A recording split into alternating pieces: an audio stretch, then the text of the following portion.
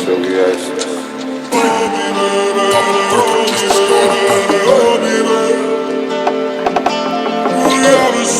Stop the perky just to start it.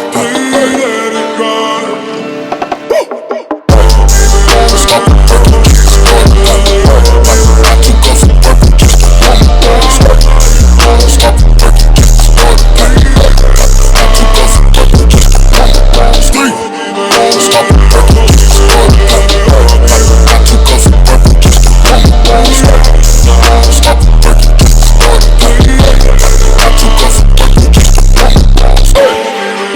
the perky just to start it. I took off the purple just to warm it. Stop the perky just to start it. I took off the purple just to warm it. Stop the perky just to start it. I took off the purple just to warm it. Stop the perky just to start it. I took off the purple just to warm it. Stop the perky just to start it. I took off the purple just to warm up. Stop the perky just to start it. I took off the purple just to stop the perky just to start it. I took off the purple just to warm up. Stop the perky just to start it. I took off the purple just to warm up. Stop the perky just to start it. I took off the purple just to warm up. Stop the perky just to start it. I took off the purple just to warm up.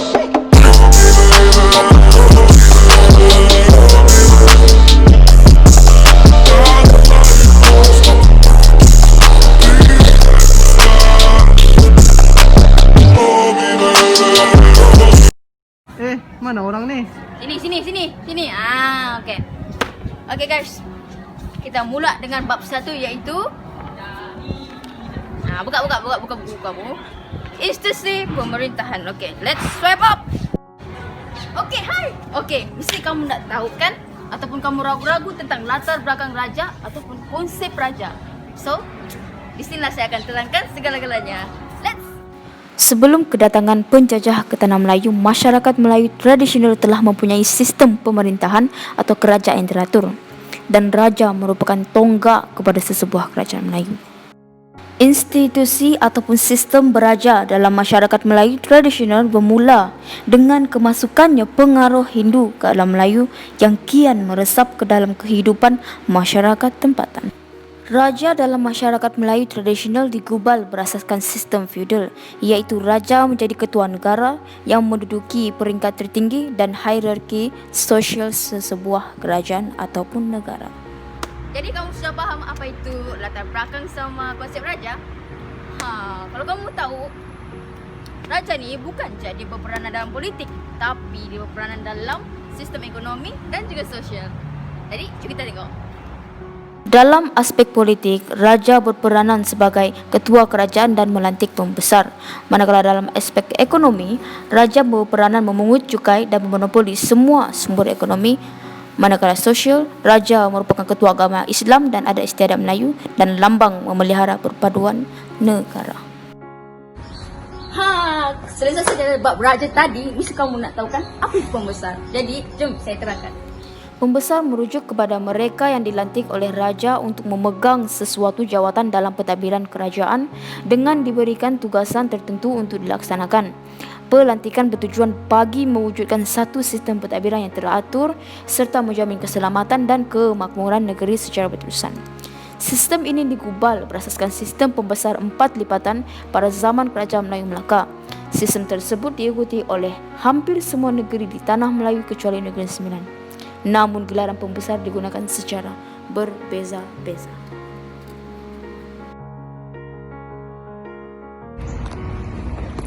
Selesai sudah, Kak? Selesai sudah. Okey, sekarang kita beralih kepada peranan-peranan pembesar. Let's swipe up. Berikut merupakan peranan-peranan para pembesar dalam menjalankan tugas-tugasan yang diberi. Dalam aspek politik, pembesar berperanan sebagai membantu sultan dalam urusan pentadbiran negeri, melaksanakan istiadat menjunjung duli kepada raja, menyediakan sejumlah pengikut bersenjata, memelihara keamanan kawasannya, dan boleh menjatuhkan hukuman bunuh ke atas orang dengan izin sultan. Dalam aspek ekonomi pula, pembesar berperanan sebagai mengutip cukai, dibenarkan terlibat dalam kegiatan perniagaan sebagai perantaraan dengan pedagang yang datang dari luar. Manakala sosial, pembesar berperanan sebagai orang perantaraan di antara raja dengan rakyat. Dalam sistem beraja ni, diorang punya hierarki yang tersusun tau. Jadi, mesti kamu mau tahu siapa yang berkedudukan paling tinggi dan berkedudukan paling rendah. So, kita tengok. Unit pentadbiran tertinggi dan terbesar iaitu kuasa tertinggi dipegang oleh raja ataupun sultan ataupun yang di-Pertuan Agong. Unit pentadbiran yang kedua terbesar yang dibahagikan kepada beberapa buah daerah dan ditadbir oleh pembesar. Manakala unit pentadbiran yang paling kecil ditadbir oleh pembesar yang dilantik oleh sultan daripada keluarga yang baik-baik. Oh, sorry lah, baru balik dari mall. Okey, sekarang kamu sudah tahu kan semua pasal sistem beraja? Jadi kita beralih kepada kawan saya, bab kedua iaitu kamu tengok sendirilah, swipe up. Hai, nama saya Syaza. Selesai saja pada bab 1 tadi, kita akan teruskan pada bab kedua, iaitu adat perpati dan adat temenggung. Okey, kalau kamu mau tahu, terdapat beberapa perbezaan dan persamaan dalam adat perpati dan adat temenggung. Jom kita tengok sama-sama. Adat perpati berasal daripada gelaran Sultan Banun, iaitu Datuk Perpatinan Sebatang. Adat perpati merupakan satu undang-undang yang tidak bertulis. Adat perpati mengamalkan pemerintahan secara demokrasi. Pemerintah mesti mematuhi undang-undang dan tidak boleh bertindak sesuka hati. Peraturan adat menetapkan kes seorang lelaki tidak mempunyai hak kecuali hak dalam mentakbir. Ketua pentadbir tertinggi ialah YTPB. Undang-undang jariah hukuman dilaksanakan dengan tujuan memperbaiki keadaan dan tidak menghukum pesalah. Undang-undang menekankan sifat bertimbang rasa. Dari segi ekonomi, adat perpati memberatkan kaum wanita pihak ibu, iaitu sebagai pengasas keluarga kepada anak perempuan. Harta seorang ibu akan diwarisi oleh anak perempuannya dan jika tiada, ianya akan diwarisi oleh adik perempuannya. Apabila berlaku perceraian, seseorang dikenali oleh waris terdekat pihak isteri. Dari segi sosial pula, adat perpati hidup secara berkeluarga. Setiap anggota menganggap anggota keluarga seperti saudara daripada sebuah keluarga yang besar. Susur galur kepada keturunan ibu dan tidak membenarkan perkahwinan dengan sesama kaum. Temenggung berasal daripada gelaran Kekanda Tiri Sultan Bunan, iaitu Datuk Ketemenggungan, yang merupakan undang-undang bertulis. Dari segi politik, sistem pemerintahan yang terbentuk dari atas ke bawah. Puncak pemerintahan dan kekuasaan terletak pada pemerintahan. Susunan pemerintah bercorak autokratik. Perintah raya mesti dipatuhi. Jika tidak, maka akan dikenakan hukuman berat termasuklah hukuman bunuh. Pantang larang raja kepada rakyat adalah rakyat tidak dibenarkan memakai pakaian atau menggunakan payung berwarna kuning kerana kuning merupakan warna diraja.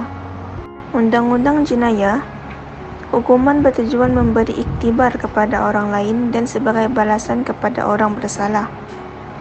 Adat temenggung membenarkan kekerasan dilakukan dalam melaksanakan undang-undang kerana dianggap dapat meninggalkan kesan kepada orang lain sebagai amaran atau pengajaran.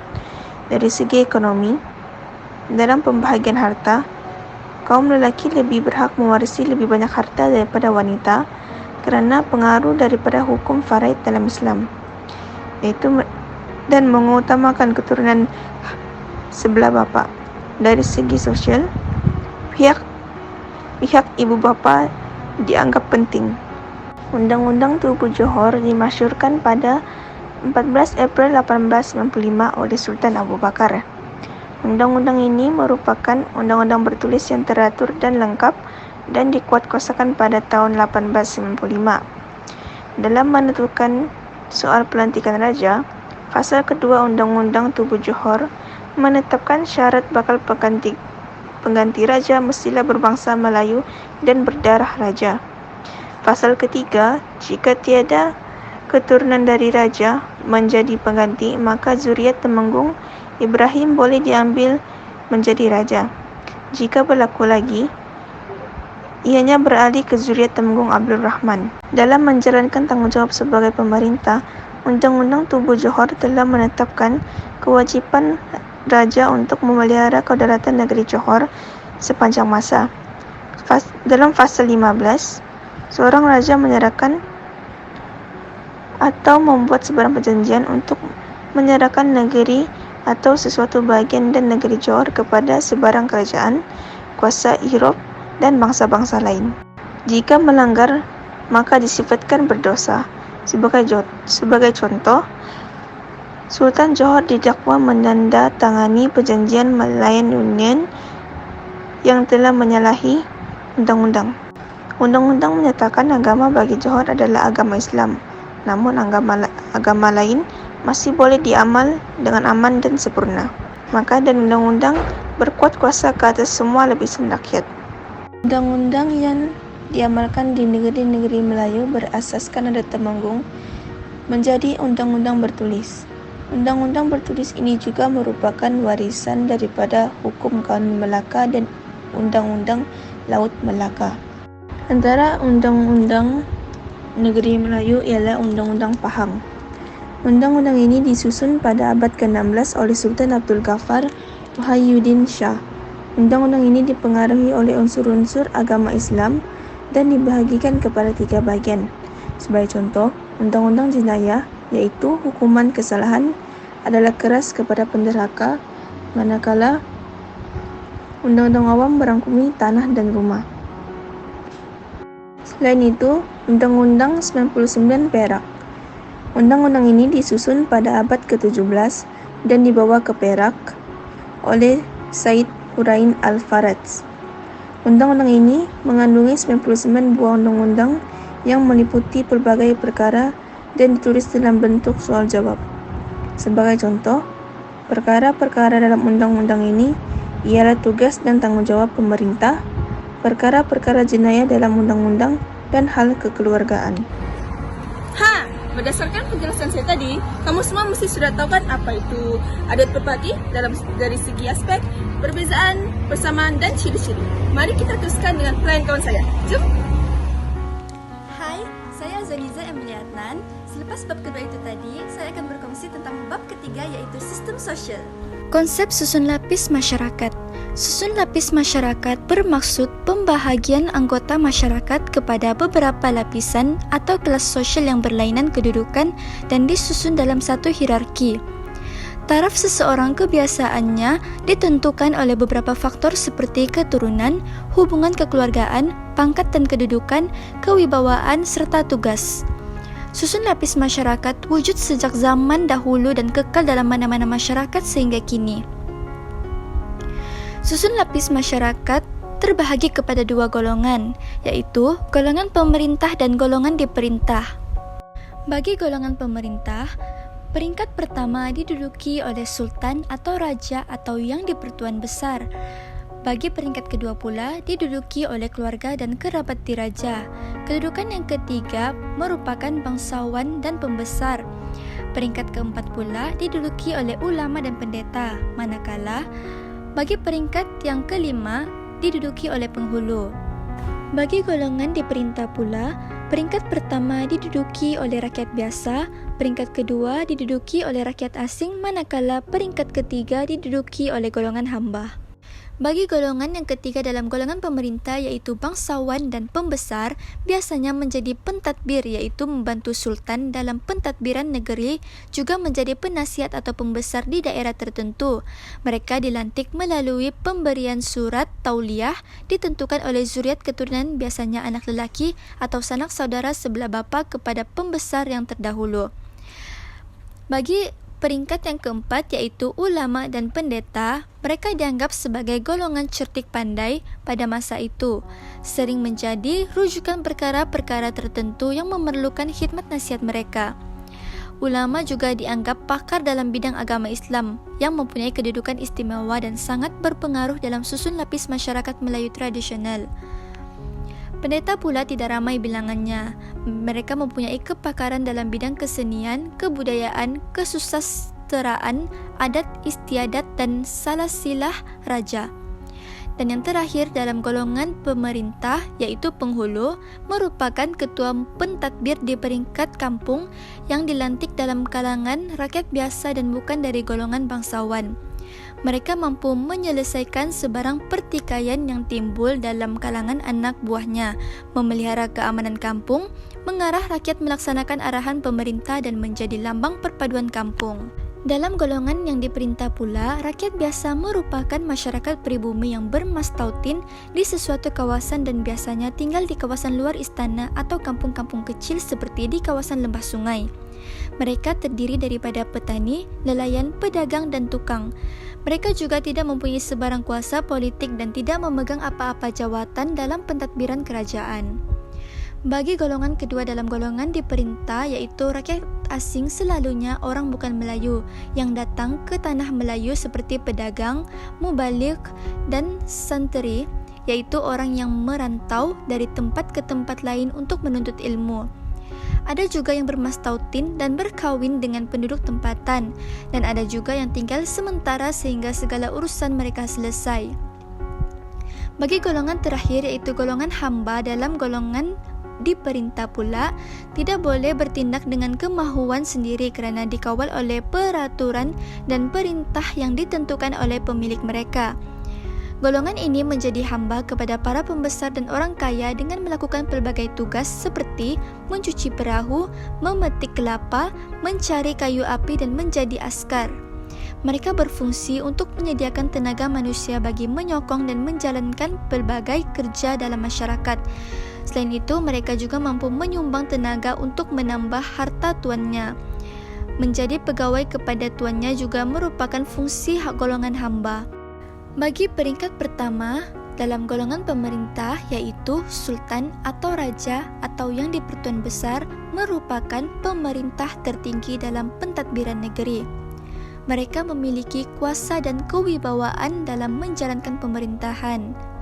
Mereka juga mempunyai kuasa mutlak terhadap rakyat jelata. Bagi sesiapa yang ingkar, dianggap menderhaka dan akan mendapat balasan buruk atau hukuman berat. Dalam peringkat kedua, yaitu keluarga dan kerabat raja pula, tidak ramai tetapi mempunyai kuasa tertentu apabila diberi sesuatu tugas rasmi negeri. Bergelar raja atau tengku tidak semestinya putra atau putri raja yang memerintah kerana mereka juga boleh terdiri daripada kerabat diraja. Golongan ini turut menikmati keistimewaan. Sekadar itu sajalah perkongsian saya tentang bab 3, yaitu sistem sosial. Bye-bye. Hah? Bab 3 sudah? Oke, sekarang ini kita beralih ke bab 4, yaitu sistem ekonomi. Let's swipe up. Kalau kamu mau tahu, sistem ekonomi ini terbagi kepada dua, yaitu sistem ekonomi tradisional dan sistem ekonomi komersial. Oke, jom kita tengok sama-sama. Konsep ekonomi tradisional. Ekonomi tradisional merujuk kepada kegiatan ekonomi yang hanya cukup untuk memenuhi keperluan diri sendiri dan menyara keluarga.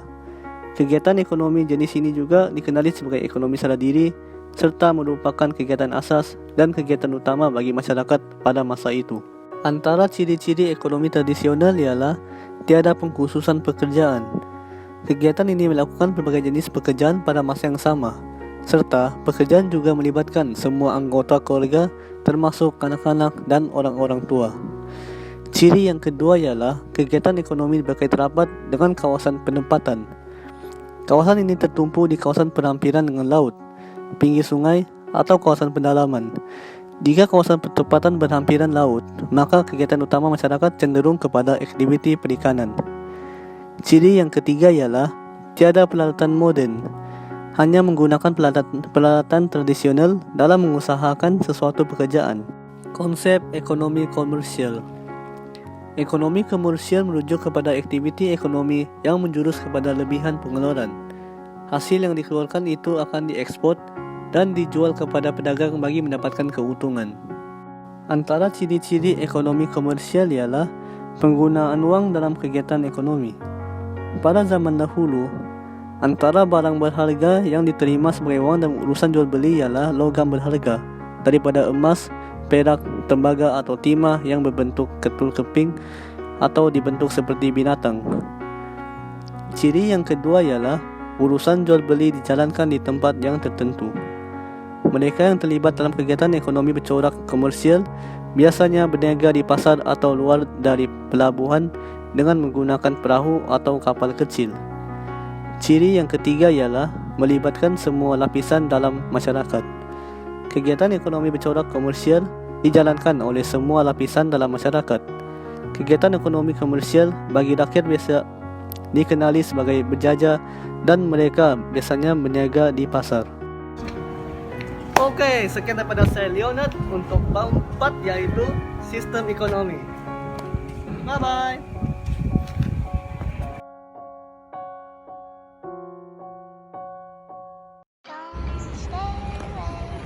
Kak, lanjut sangat. Lanjut sangat. Oke, sekian daripada saya Leonard untuk untuk and action. Kita sudah? Oke, sekarang ini kita balik pada bab 4, yaitu sistem ekonomi. Begitu. Action. Ini Samir itu papi itu. Samir. Oke, masuk. Kalau kamu mau tahu sistem ekonomi ini terbagi kepada dua, yaitu sistem ekonomi tradisional dan sistem ekonomi komersial. Oke, jom.